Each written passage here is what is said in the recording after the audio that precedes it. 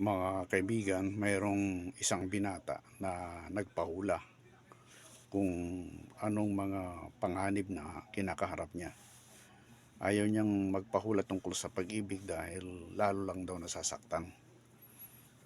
Gusto niya malaman yung mga hinaharap niya kung ano-ano mga panganib para dapat niyang iwasan. Ang sabi ng manghuhula, mag-iingat ka sa bato. Baka madaganan ka ng bato at saka sunog. Baka biglang masunog ang bahay nyo, natutulog ka. Kaya ang panganib na sinabi sa kanya, bato at sunog. Minsan naglalakad dun sa kalsada, merong wildfire sa taas. Matagal lang nasusunog yung mga puno doon.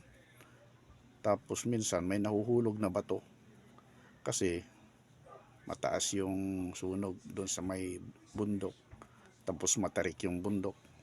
Diretso sa kalsada yung mga bato.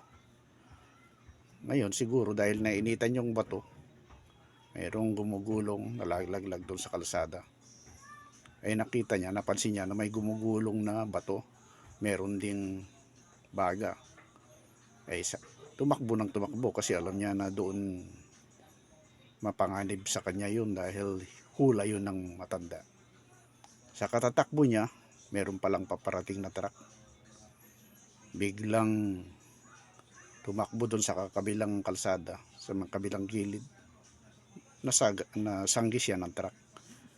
Napahiga doon sa may ilalim. Mabuti nakapagpreno agad yung truck. Ngayon, nung napansin niya yung gulong na unahan ng truck, nabasa niya yung tatak ng gulong. Yung tatak ng gulong, alam nyo, ang tatak niya Firestone. Sabi niya, nakaiwas ako dun sa tunay na apoy. Ito pala gulong ang papatay sa akin. Muntik ako namatay. Ayan ang tatak pala, Firestone. Yan pala yung tatak ng gulong.